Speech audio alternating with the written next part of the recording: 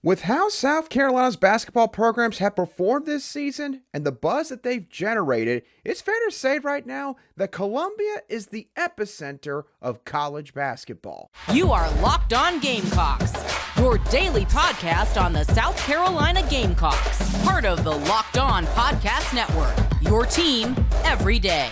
Hello, Gamecock Nation, and welcome back to the Locked On Gamecocks podcast. I'm Andrew Lyon, the host of this podcast, and also a staff writer for Gamecock Digest over on Fan Nation. Thank y'all so much for making the Locked On Gamecocks podcast your first listen or watch for your team here today. We are free and available both on YouTube and wherever you get your audio podcasts daily. Today's episode is brought to you by LinkedIn Jobs. These days, every new potential hire can feel like a high-stakes wager for your small business, and that's why LinkedIn Jobs helps find the right people for your team faster and for free. So post your job for free at linkedin.com/lockedoncollege. Terms and conditions do apply. South Carolina has been absolutely killing it on the hardwood over the past several months. We all knew going into this season that the women's basketball team was still going to be really doggone good. I don't think anybody, however, expected that Lamont Paris and the men's basketball program would get things rolling like they have it right now. So we're going to talk about what all that has done as far as South Carolina's basketball perception is concerned to start today's show. That we'll then talk about Dawn Staley and the women's basketball team losing one of their bigger pieces to something that is, quite frankly, out of their control. And then at the end, we'll talk about how some of the recent hires on the football front are indicative of a potential change in Shane Beamer's staffing philosophy. All of that on today's Locked On Gamecocks. I think it's fair to say right now that when it comes to buzz in the world of college basketball, there is no one school who has more buzz than South Carolina. And obviously, in order to generate buzz, you have to have a couple things going your way. One, you've got to be performing well on the floor. South Carolina's absolutely doing that, both on the men's and women's side. And then right after that, you have to have adequate attention that's being brought to your program. So, how has Columbia become the epicenter of college basketball right now? Well, we got to start with the women's basketball program. What Dawn Staley has done with this team over the past 10 years, quite frankly, going all the way back to when just winning a regular season title in the SEC was a substantial goal for this program, has been remarkable. Dawn Staley has found a way to sustain success over an extended period of time. She has made South Carolina one of the blue bloods in women's college basketball. It is right now, quite frankly, the standard in the sport. South Carolina has made it to 5 Final Fours in the last 10 years, including 3 straight. They have won 2 national titles in the process, and they are the winningest program since the 2018 through 19 season in women's college basketball. So, we all know what Dawn Staley has done with that program, but we should still be appreciative of just what we're witnessing because it is greatness. It is something that every other program would give almost anything to have in that sport. So we have to acknowledge that first and foremost. They are the reason that South Carolina basketball was even relevant at all nationally over the past 10-15 years. But I do think that it is also fair to say that the lack of success on the men's basketball side of things for South Carolina held back the school's overall perception in the sport of basketball in its entirety. And that, again, that's not to say that Dawn Staley and her program have not had a wide reach. It definitely has, with NBA stars commenting on their play. Hall of Famers like Earvin Magic Johnson talking about the team on several occasions over the past couple years. But when you got one side that's dragging down the other, there's a certain ceiling in terms of the amount of attention that the school is going to get in that particular sport. However, that has all changed this season with what Lamont Paris has done. He has elevated this program to heights that we haven't seen in almost a decade. Obviously, when Frank Martin got here, the program was in shambles. He then built it up to a point where the Gamecocks, of course, went on that magical Final Four run all the way back in 2017. And they were at least usually a top 4 seed in the SEC come tournament time after the regular season. Right now, Lamont Paris, he's got his team competing for a potential SEC regular season title at this current moment. And depending on how they finish the regular season and the conference tournament, South Carolina could be a number 5 seed or higher, depending on how things go. That is how well they have played this season. And both of these programs combined, they have been phenomenal. Their overall record right now is 40-3. That is the best mark in all of college basketball for any school, both men's and women's combined. The only other school who holds a candle to South Carolina right now in terms of what they've done both on the men's and women's side in this sport is UConn, who is currently 39-6 between both their men's and women's programs. And again, as I mentioned earlier, when you perform well on the field, or in this case on the court, the media has no choice but to give you the flowers that you deserve. On the women's basketball front, again, we all know this. ESPN especially, they have given South Carolina a lot of attention over the past 7-8 years, really since they won that first national title back in 2017. Don Staley is lauded by many people in that sport. A lot of the analysts who watch that team play week in and week out. So that has, again, not been an issue for a while. But now, the men's basketball team, they're starting to get national attention. Not quite on par with the women's program, but they're getting there. They've got names like Gary Parrish from CBS Sports, a John Rothstein, also from CBS Sports, and ESPN longtime analyst Dick Vitale, also commenting on their recent performances. They've been getting a lot of love from the national landscape here in college basketball over the past few weeks. And the best part about all of this attention right now for South Carolina basketball as a whole is that when one of these teams is playing a game, it is rare at this point that we see the entire game play out on live television and the broadcast crew not talk about the other team at all. So South Carolina's women's basketball team played on Sunday afternoon against the Ole Miss Rebels. I'm sure at some point Lamont Paris and the men's basketball team got brought up. Same deal with Lamont Paris and the men's team. They played Georgia this past Saturday, and I'm sure that at some point while they were playing, Dawn Staley and the women's team got brought up. This is great for both programs, okay? This isn't meant to incite some sort of, narrative that there's some competition now going on between both programs.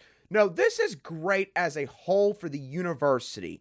And I talked about this after the men's team knocked off number 6 Kentucky a couple of weeks ago.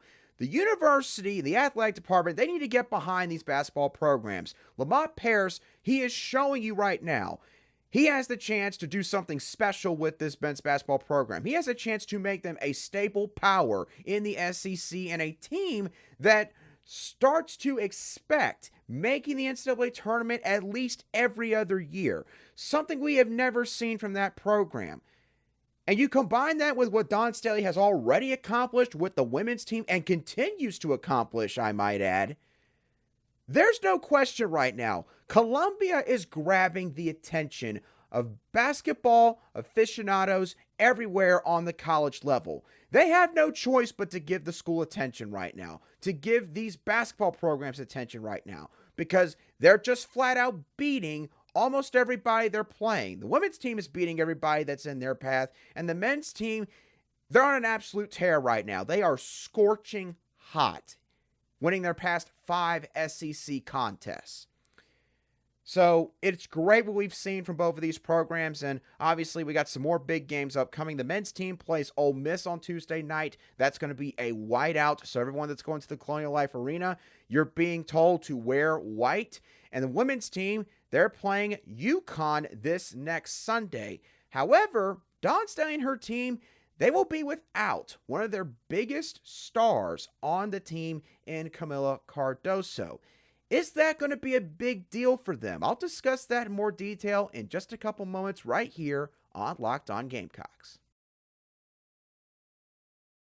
Today's show is brought to you by LinkedIn Jobs. Now, when you're hiring for your small business, you want to find quality professionals that are right for the roles that are available in your business. And that's why you have to check out LinkedIn Jobs, because LinkedIn Jobs has the tools to help find the right professionals for your team, both faster and for free.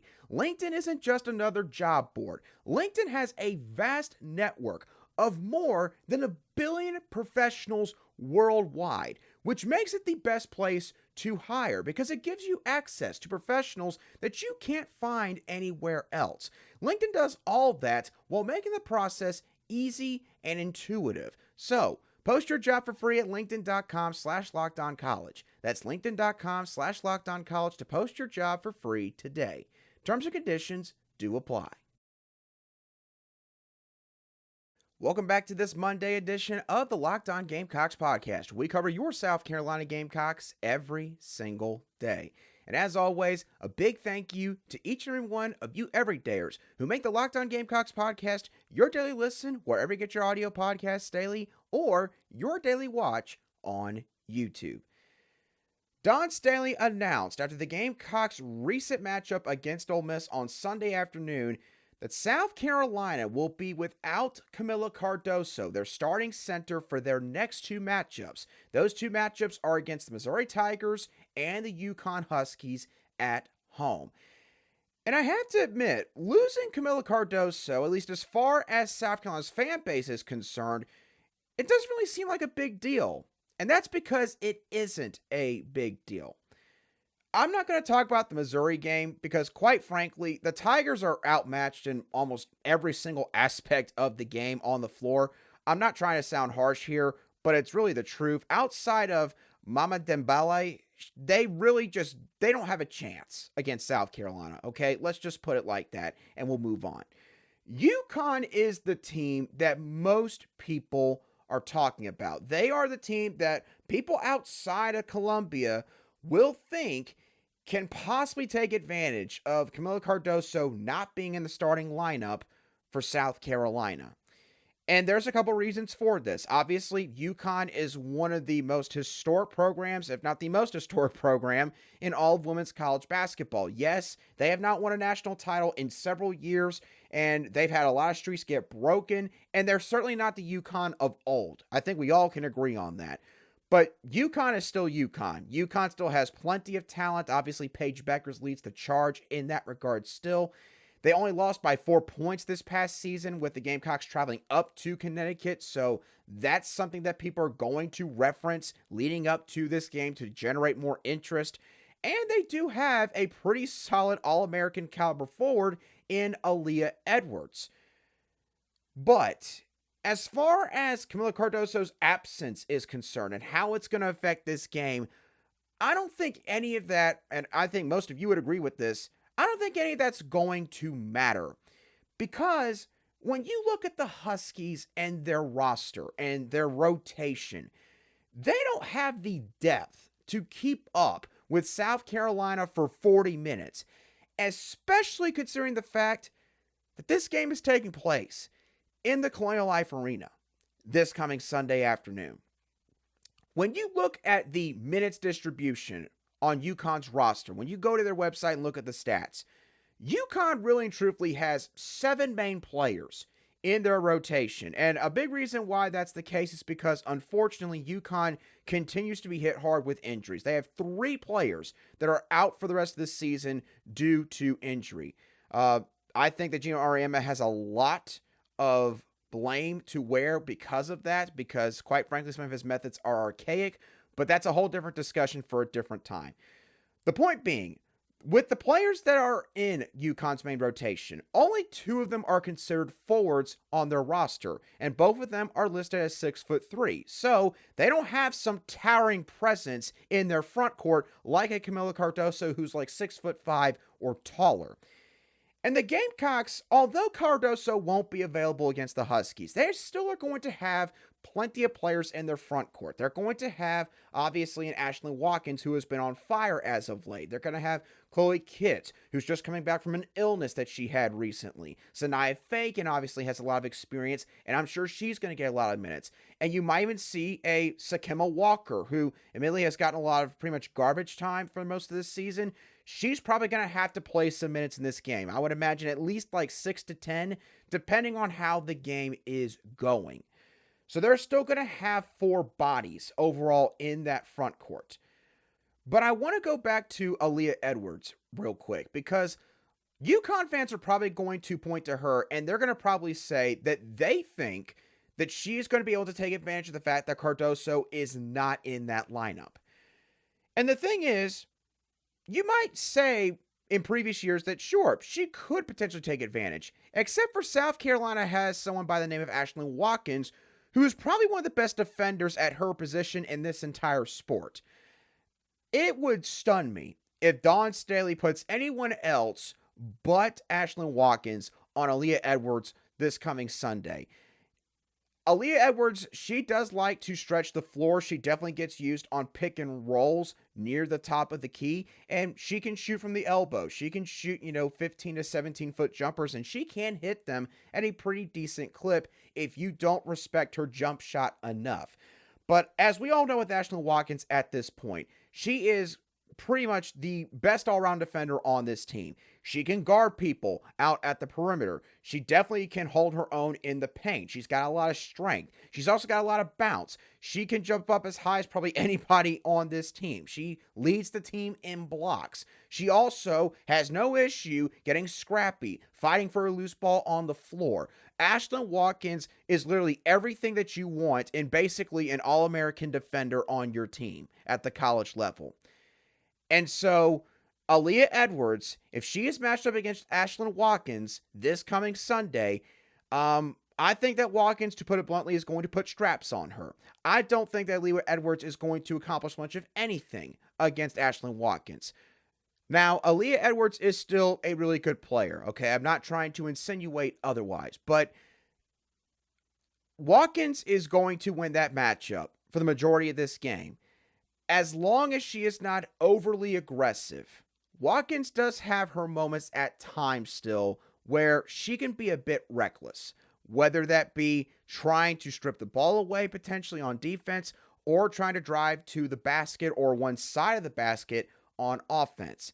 She has had times this season where she has gotten herself into foul trouble very early in a game. This is going to be one of those games where she cannot have that happen. If it does happen, that will change the complexion of this game. That will give UConn a fighting chance to potentially win this game in the Colonial Life Arena.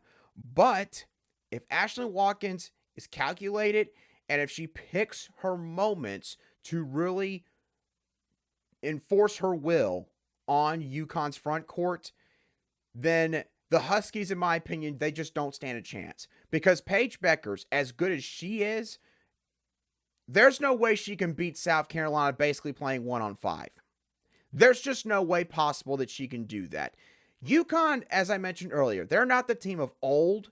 They're not the Huskies of old. The Huskies of old, they had several stars across the board, plus players that were coming off the bench that could basically make sure the drop-off was kept to a minimum.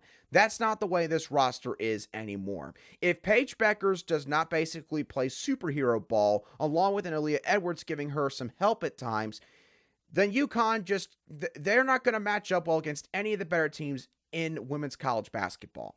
So, yes, Kamilla Cardoso being gone, that does certainly hurt this team. It is going to affect this team's offensive strategy. They're not going to be able to just feed the ball down to the low post like they usually do when Cardoso's out there on the floor.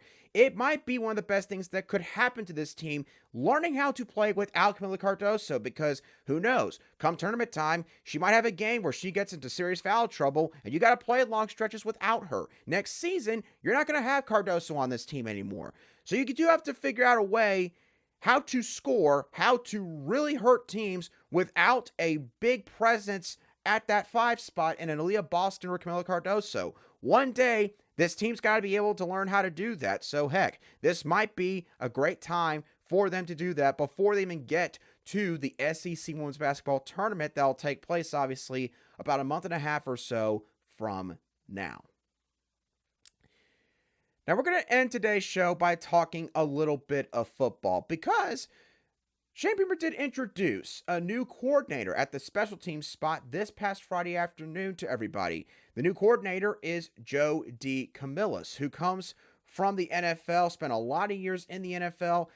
And based on how that press conference went, compared to some of the other new hires that Shane Beamer has made this offseason, I think it's fair to say that Shane Beamer is changing his philosophy to a certain degree when it comes to the kind of coaches that he is bringing on to his staff. And I'll explain that in a bit more detail in just a few moments right here on Locked On Gamecocks. Today's show is brought to you by FanDuel. Happy Super Bowl week to all of you who celebrate from FanDuel, America's #1 sportsbook. If you're like me, you've got big plans for Super Bowl Sunday, which is all about scoring the best seat on the couch, grabbing your favorite football snacks, and also placing some super bets. Also, you can't forget the commercials. Although, I'm going to give y'all what might be a hot take real quick. I think that the commercials during the Super Bowl suck now. I think that they've dropped off significantly over the past few years. I used to really love the commercials, specifically that Doritos made, but even those have just fallen off a cliff over the past couple of years. But going back to the bets that FanDuel has for Super Bowl 58, they've got one on the coin toss. Heads is listed at -104, as is tails. And the thing is, historically speaking, tails is the better choice here. They own the all-time record in the Super Bowl era at 30-27. So a very slight advantage, but still, it seems like that tails usually doesn't fail when it comes to Super Bowl week. And not only can you bet on who will win the Super Bowl or win the coin toss, but you can also place bets on who will be the Super Bowl MVP, how many points will be scored, and so much more. New customers, join today and you'll get $200 in bonus bets if your first bet of $5 or more wins. Just visit FanDuel.com/lockedon to sign up. That's FanDuel.com/lockedon. Make every moment more with FanDuel, an official sportsbook partner of the NFL. Welcome back to today's edition of the Locked On Gamecocks podcast, where we cover your team every single day in just 30 minutes. As I mentioned earlier, this past Friday afternoon, new special teams coordinator Joe DeCamillis was officially introduced to Gamecock country. And when listening to Joe DeCamillis' introductory press conference, along with some of the others that have been conducted by some of Shane Beamer's new hires, I think that it's fair to say that Shane Beamer has changed as a head coach this offseason when it comes to the kind of guys that he is bringing on to his football staff.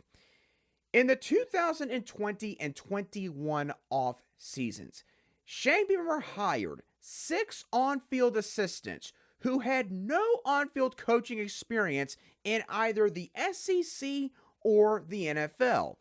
Here are those 6 on-field assistants.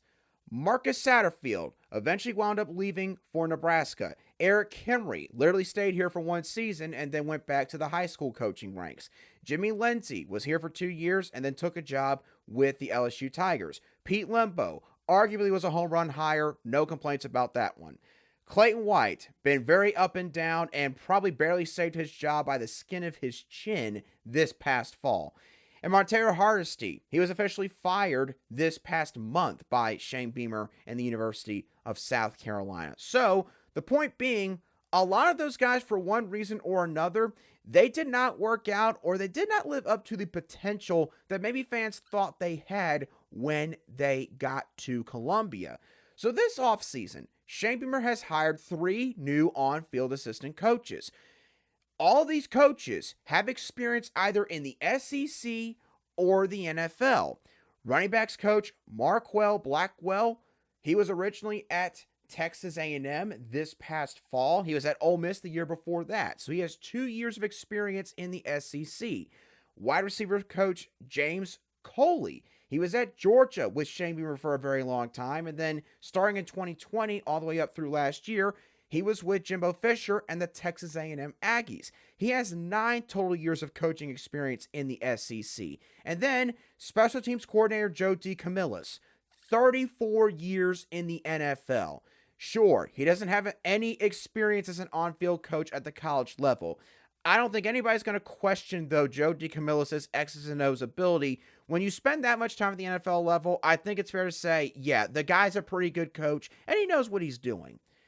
So, because of that, I really don't have a lot of specific notes from Joe DeCamillis' press conference. But the one takeaway that I really had from Joe DeCamillis' presser was how he carried himself and how he answered a lot of the reporters' questions.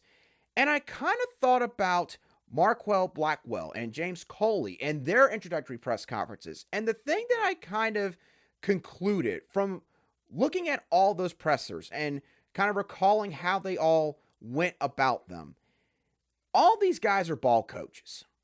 Every single one of them. They have ball coach type personalities. I'm not saying that they are complete and total cookie cutter personalities, but when Shane Beamer got to South Carolina, what was the main thing that needed to be fixed that Shane Beamer did fix that offseason practically? It was the culture. The culture was broken under Will Muschamp. It was a lot of me, a lot about the individual and what you're doing to get ready for the next level, more so than the team-oriented goals. Trying to make the University of South Carolina's football program better. Trying to be able to compete in the SEC. Maybe those were prioritized, but they weren't prioritized enough. And Shane Beamer, he asked all the players when he got this job, what's the biggest problem that's holding this program back right now? And the biggest answer that most of the players gave him at that time was the culture was broken and there was not enough of a team-oriented culture. So Shane Beamer fixed all that. And yes, a big part of him trying to fix that culture was to hire a bunch of guys onto his staff that were authentic, were genuine, were personable. Guys that could get along with the modern athletes that are coming up the ranks here in college athletics. And really, truthfully, since his first year, his first full off season as the head coach, then the next off season, Shane Beamer, he has prioritized how do these coaches fit in the culture. That is sort of how he has based his hires.